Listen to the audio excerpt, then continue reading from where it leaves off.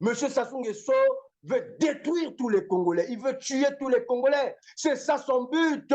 Et aujourd'hui, on nous dit qu'on va aller chercher une société. Pourquoi une société étrangère? Parce que ce sont des voleurs. Leur travail, c'est de détruire le Congo. Ils veulent détruire les Congolais. Ils veulent détruire les Congolais, tuer les Congolais, exterminer le peuple congolais. C'est ça la mission de M. Denis Sassou Nguesso. M. Sassou Nguesso est là pour une mission. Il a une mission. Parce que s'il n'avait pas une mission, ce monsieur devait partir depuis longtemps. Il devait démissionner. Il devait dire que moi, Sassou, je n'arrive plus. Je suis un criminel, je suis un voleur. J'ai volé tout l'argent du Congo. J'assassine les Congolais. Je suis incapable de prendre soin des Congolais. Je suis incapable de gérer ce pays. Je dois partir. Mais il ne le fait pas. Il ne le fait pas parce qu'il a une mission. Il est envoyé en mission. Vous croyez qu'il n'y a pas de Congolais sérieux qui sont capables de lancer une entreprise pour mettre la propriété dans le vide? Vous pensez qu'il n'y a pas de Congolais qui sont capables de le faire? Mais je vous dis qu'il y a des Congolais qui sont capables de le faire. Mais pourquoi ce monsieur ne veut pas donner ces missions-là, donner cette opportunité aux Congolais? Parce qu'il est contre les Congolais. Sassou Nguesso est contre les Congolais. C'est un criminel. Il est contre les Congolais. Il n'est pas là pour servir les Congolais. Il est jaloux des Congolais. Il est orgueilleux parce qu'il a une mission. Il sait que les Congolais ne l'aiment pas. Il sait qu'il n'est pas là pour les Congolais. Il sait que les Congolais sont conscients que c'est la France qui l'a mis là, que ce sont les puissances étrangères qui l'ont mis là. Les Congolais savent ça. Les Congolais ne sont pas bêtes.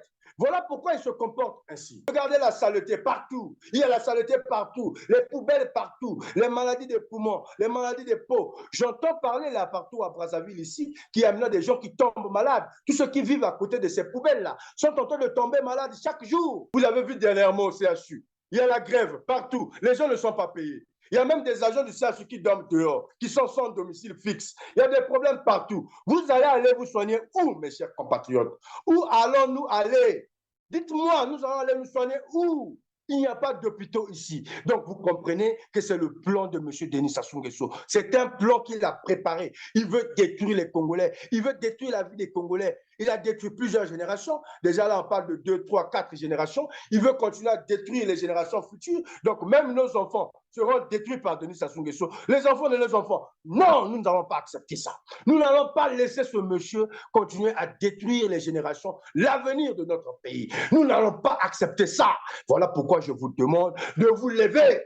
Nous devons nous lever. Nous devons faire barrière à M. Denis Sassou Nguesso, à tous ses proches, les membres de sa famille, tous ces criminels qui l'accompagnent dans la police nationale. Cette police qui est devenue une propriété à Denis Sassou Nguesso. On ne va pas vous dire, on ne vous dira pas la date. On va juste agir. Le peuple va se lever. Nous sommes en train de préparer cette insurrection populaire où le peuple se lèvera.